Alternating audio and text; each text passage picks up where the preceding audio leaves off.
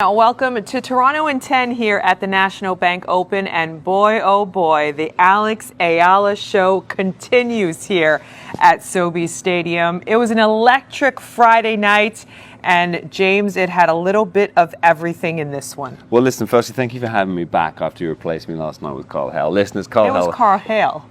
I know, that's my point. I'm just about to say, like, if I'm going to be replaced by anyone, Carl's the man, and he did a great job. Great job, Carl. Yeah, I mean, goodness me, what an atmosphere out there on Sobeys. Again, like for the third night in a row. We obviously had Venus and Alex last night, and then tonight against Katie McNally. She had to graft for that win, didn't she? You were courtside at match point. It was a different energy to the first match, there's no doubt about it. She's definitely carrying a bit of an injury. Like, she rolled her left ankle. I think you saw the clip, right? That didn't look comfortable, but she got through.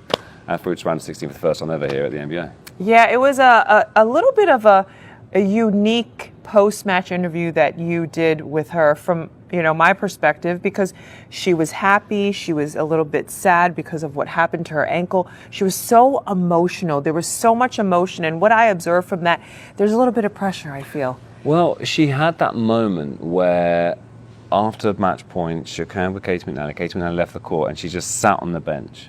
And she did, you're right, she looked emotional. She was like, just sat there taking it in, and then she got up and she sat back down again. And I asked her off microphone, are you okay? Because she seemed a little, I mean, listen, she's really had to work for that. It's emotionally, she's drained. She hasn't had a night off in goodness knows how long. She flew straight from Washington. But yeah, I mean, she played amazing tennis again tonight, and especially given that she had an injury, I think, she can be so proud of what she did out there. Well, she does have an X factor, and that is her Filipino fans. And I think Jimmy Connors said it best recently. He talked about her fan base, and he said, look, when you have a fan base like Alex Eala, that is an extra push for you to motivate yourself to pull and push through the match. And someone like Jimmy Connors knows, playing through such a fan favorite, knowing that that is the arsenal that you can have in your bag and say, I'm going to push through just because these fans are screaming for me and just rooting for me. And that's what kind of happened this evening. Well, she was asked in Washington, I think it was in Washington, what's it like playing always in front of such a big crowd like this? And she replied and said, I think I need to correct your question. Did you see that clip? I think I need to correct your question. What's it like being Filipino? And I think that encapsulates that energy, because she's Filipino and the Filipinos love her, whether they're from Toronto, whether they're from Washington, whether they're from the Philippines themselves. They worship her. And Let's Go Alex is just repeating in my head because it was going all night. Well, we know this tournament is international. It's a Masters 1000. It's not a Grand Slam, as we all know, but people are coming in droves. I actually interviewed a lot of Filipino fans this evening.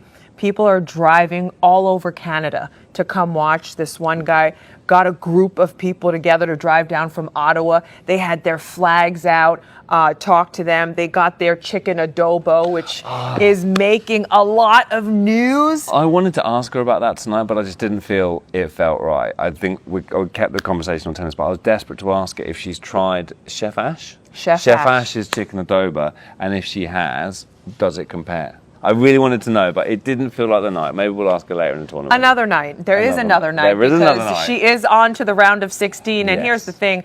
The Filipinos, they approve of the chicken adobo because it's out Do and you about again. approve of the chicken Oh, I adobo? certainly do. My producer, Drew, and I, this morning, bright and early, 9:30, I had the chicken adobo.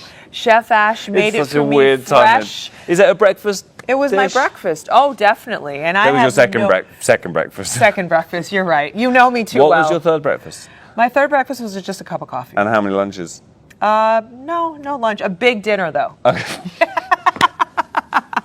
A big dinner. Welcome to the Chef food Ash show. hooking me up with a big dinner, loving I was it. going to mention Chef Ash's name on court tonight because I was going to obviously. Again, there's always another night. Well, I wanted to drop his name because I really want one. I love the idea You're of the dying chicken to meet adobo. Chef Ash, aren't you? Obviously, look how Yeah. well fed you are. Okay.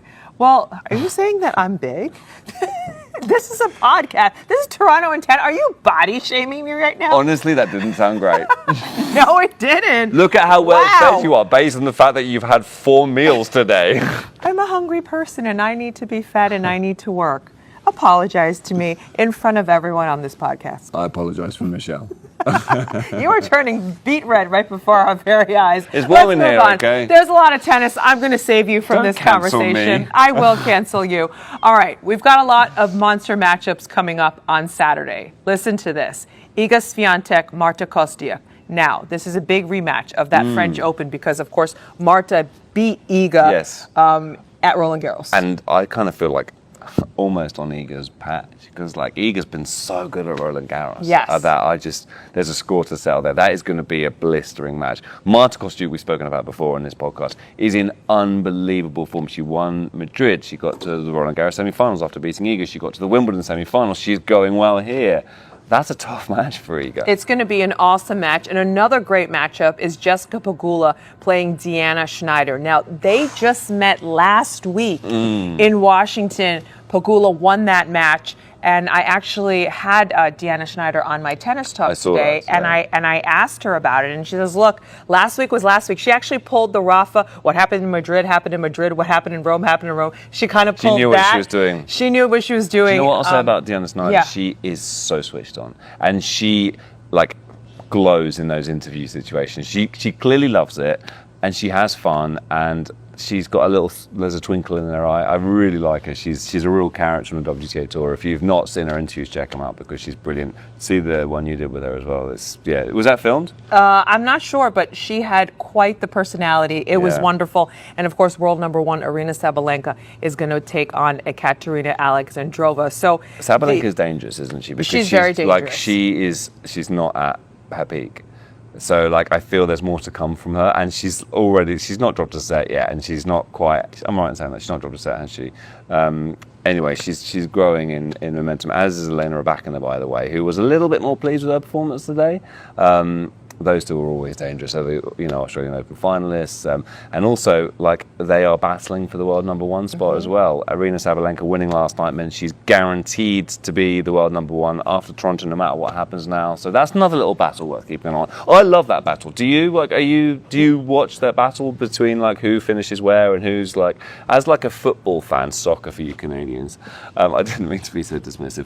Like, a league table fascinates me. So the standings is something I'm gripped by. I know a lot of tennis fans aren't as bothered by that, but for me, that's interesting. Well, I think some fans care about that. I'm interested to see how she's going to do this hard court season because I think, as you say, she's world number one, dangerous, and the deeper the tournament goes, the more dangerous she can be because she can really just turn it on, knows how to turn it on in a situation like that. So with that being said, it's going to be a super Saturday here at the National Bank Open. The stakes are getting higher. We're going to wrap this up now. He's James Anadakis. I'm going to be back you. with Carl Hell tomorrow. Michelle's gone. Bye. She's cancelled herself.